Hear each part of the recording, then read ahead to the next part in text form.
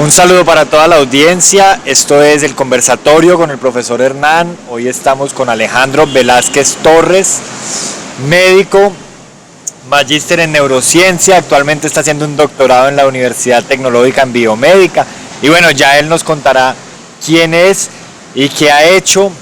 Hoy vamos a socializar un estudio que tiene sobre el cerebro homosexual. Alejandro, ¿cómo está? Hola, profe Hernán, ¿cómo le va?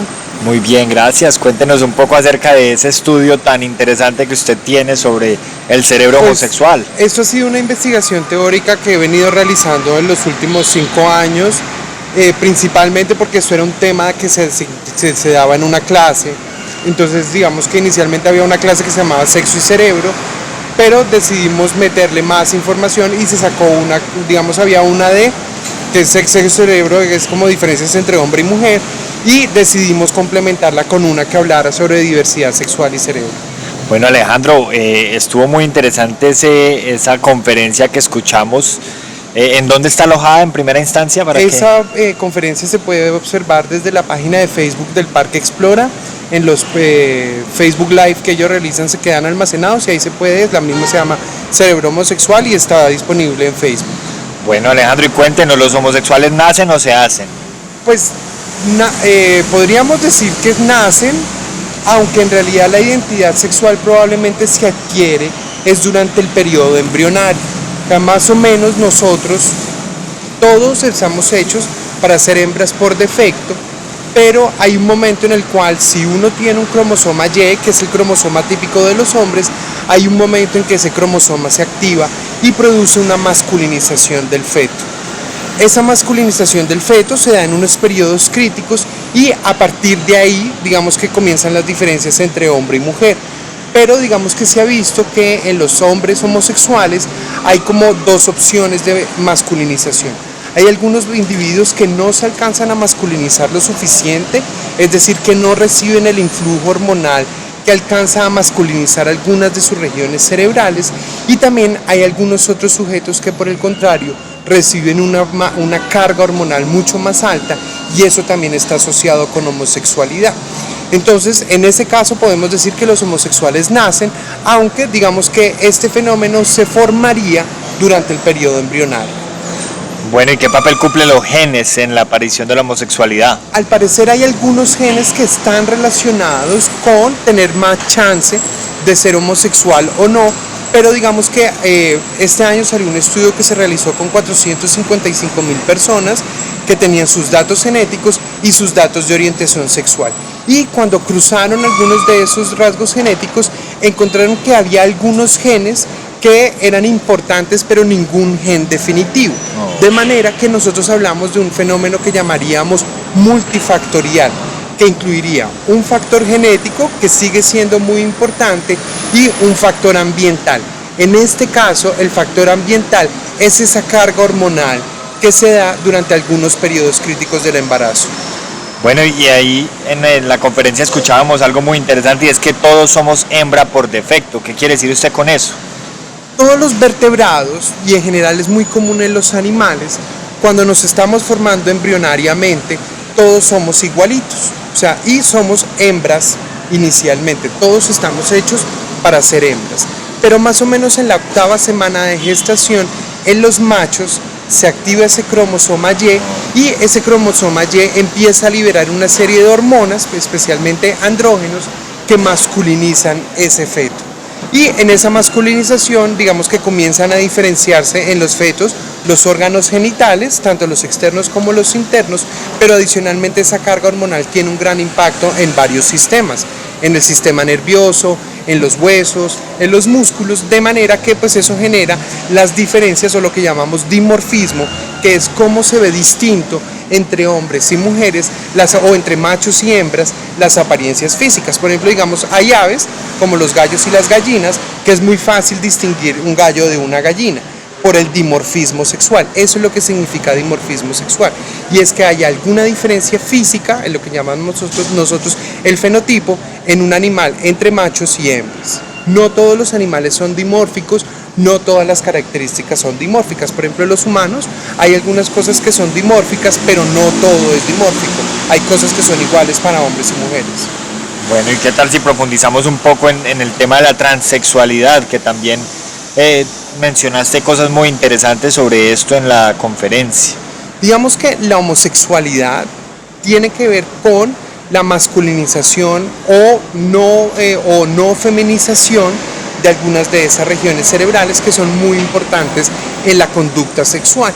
Pero digamos que no solamente hay regiones que controlan la conducta sexual, sino cosas mucho más complejas como la identidad sexual, y probablemente digamos que en el transexualismo nos encontremos nuevamente a niveles diferentes de masculinización o de feminización en cerebros en diferentes periodos críticos. O sea, hoy en día conocemos el periodo crítico que podríamos considerar importante para la homosexualidad, pero no se sabe muy bien qué pasa pero digamos que el efecto final es que el funcionamiento de esos cerebros no coincide con el sexo genital de las personas.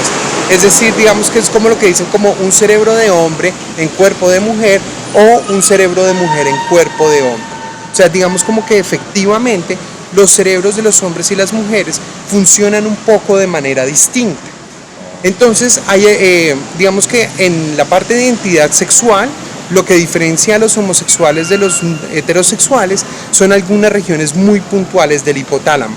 Pero, por ejemplo, cuando se analizan los cerebros transexuales, las diferencias son mucho más grandes, como por ejemplo en la forma como se activa el lenguaje.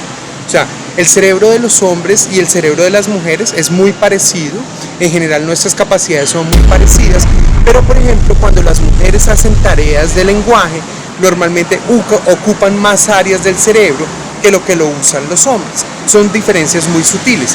Y por ejemplo hay estudios que comparan cerebros de hombres homosexuales, cerebros de mujeres trans, o sea que nacieron hombres pero que ahora son mujeres, y lo comparan con cerebros de mujeres. Y el cerebro del hombre homosexual tiene una actividad de lenguaje muy parecida a la de los hombres heterosexuales, mientras que en las mujeres trans el cerebro funciona muy parecido a como lo hace en una mujer heterosexual. Entonces digamos que eso nos hace pensar que efectivamente sí, ese dicho que tenemos de un cerebro de hombre en cuerpo de mujer o un cerebro de mujer en cuerpo de hombre, sí tiene como una razón cuando lo vemos desde la neurociencia. Bueno, Alejandro, ¿y qué tal es eso de homosexuales en otras especies? Bueno, eso es una cosa muy importante. Digamos que la identidad sexual diversa no solamente sucede en los humanos, o sea, hay un discurso que dice que la homosexualidad es antinatural. Sí. Y pues digamos que la mejor forma para responder con argumentos, pues para quitarle poder a ese argumento, es contar que, por ejemplo, digamos, en la mayoría de los vertebrados, en especial en los mamíferos y en las aves, la homosexualidad es muy común. Por ejemplo, en las aves hay muchas historias, por ejemplo, de pingüinos que viven en zoológicos y que viven en comunidades de pingüinos, y efectivamente se empiezan a ver que hay pingüinos, en especial entre macho y macho, que forman relaciones a largo plazo, y también hay historias de pingüinos que en parejas homosexuales que adoptan algunas crías que no tienen padres. Eso, por ejemplo, es muy interesante. Muy interesante, o, sí. Por ejemplo, también se ha visto que en primates, en muchos bonobos, es muy común el homosexualismo femenino. O sea, digamos como que hay hembras de monas que establecen relaciones a largo plazo con actividad sexual y como una monogamia, digamos, dentro de las formas monógamas de animales. Entonces, digamos que lo interesante es que lo que nos hace pensar es que esto no es humano, que esto en realidad es un fenómeno animal, y que en realidad pues digamos que nosotros como animales estamos expresando unas formas diversas de conducta sexual que son comunes en los animales.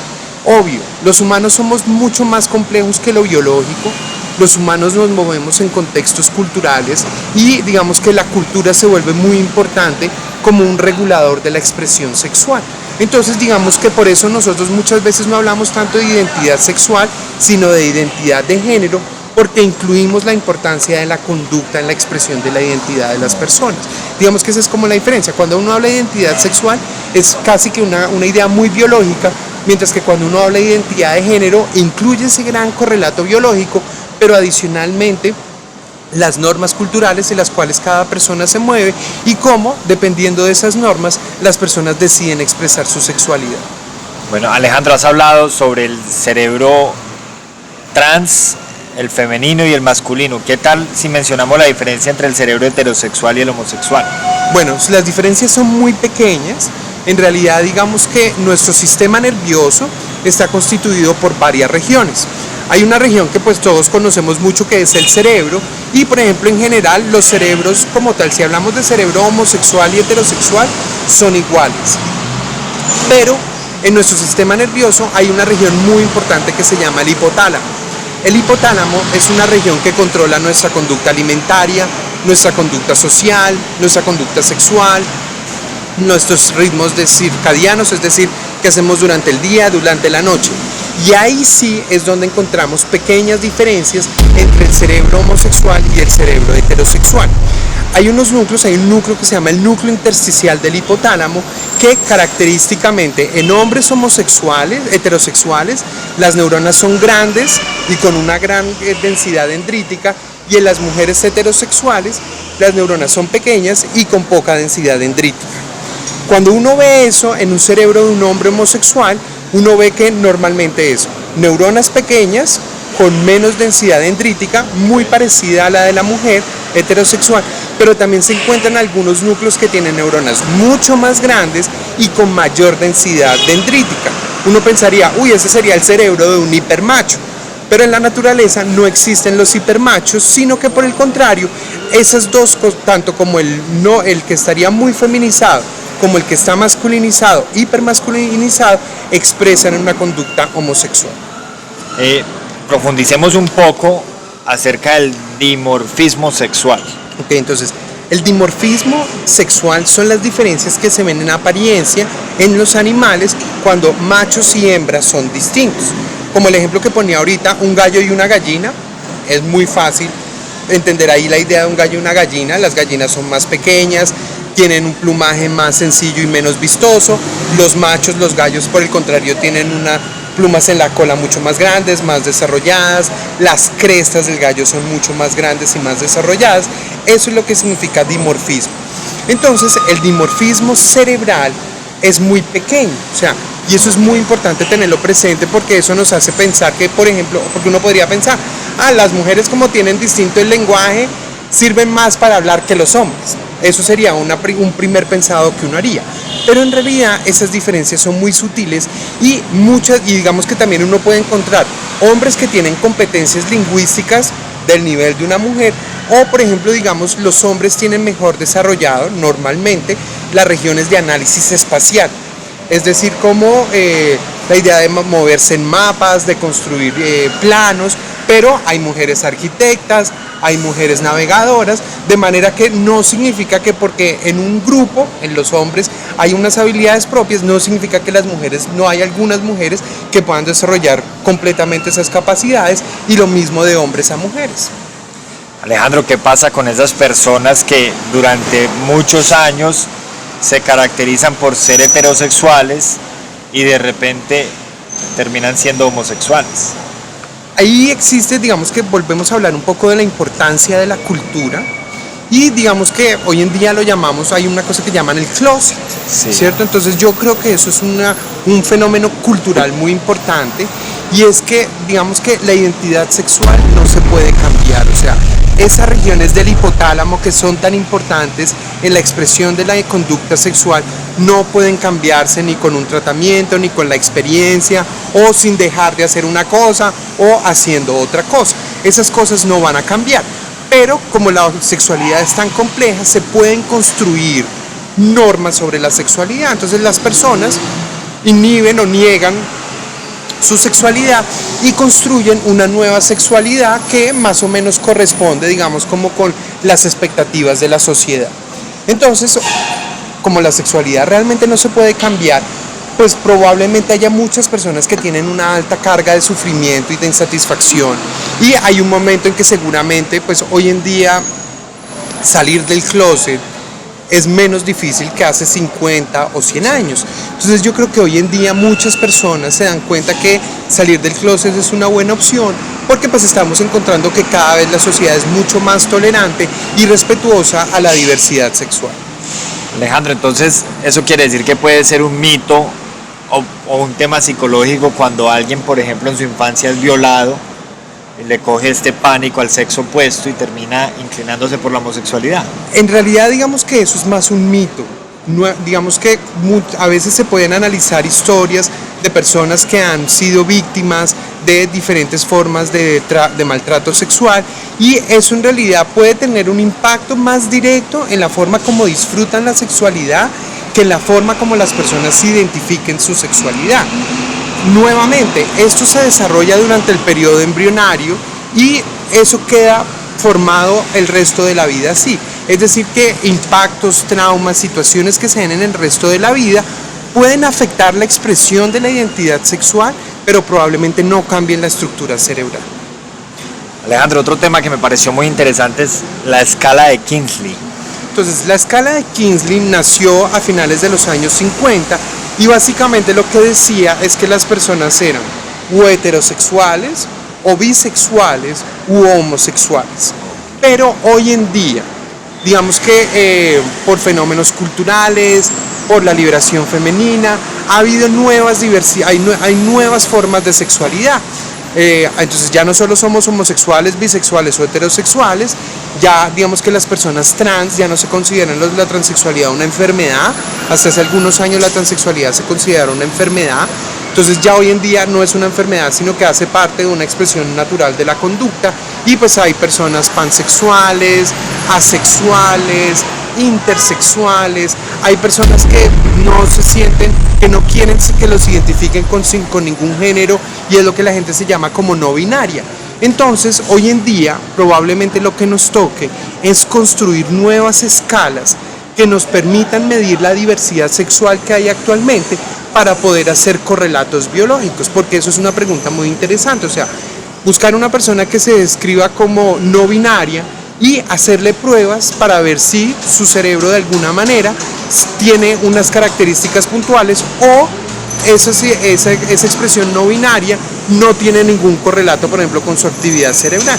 Pero como no tenemos escalas que nos permitan como hacer una muy buena clasificación de las personas, no se ha podido hacer como investigación en estas formas diversas de sexualidad.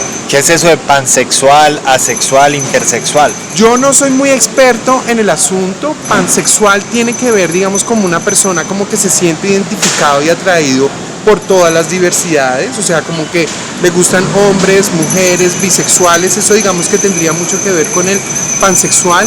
El asexual, por el contrario, parece ser que son individuos que no sienten interés sexual por las demás personas. Pueden entablar relaciones de amistad, relaciones idílicas, pero normalmente no generan el interés sexual, que es relativamente común entre otras personas. ¿Y el intersexual? El intersexual pareciera ser que son personas que saltan de un género al otro. Pero digamos que para mí, desde la neurociencia, esa es una pregunta aún sin responder. Como personas que dicen que pueden cambiar de un género al otro, cuando si uno pudiera meter ese cerebro, quisiera yo ver en realidad si se parece más a su sexo genital, o si por el contrario efectivamente pueden responder tanto como de un sexo como del otro. Eso sería una pregunta muy importante. Bueno, Alejandro, ya para cerrar, ¿puede usted contarnos si hay algún tipo de estudio que se esté adelantando en esta materia y nos puede... En general es un tema muy importante. Digamos que probablemente todavía se siguen haciendo estudios genéticos, también se siguen haciendo modelos animales.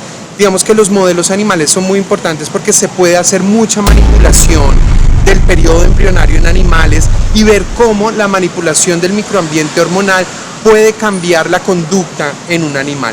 Entonces digamos que actualmente esos son estudios que se siguen haciendo y que son muy importantes, y probablemente cada vez ya hubo este estudio nuevo con 455,000 personas con información genética.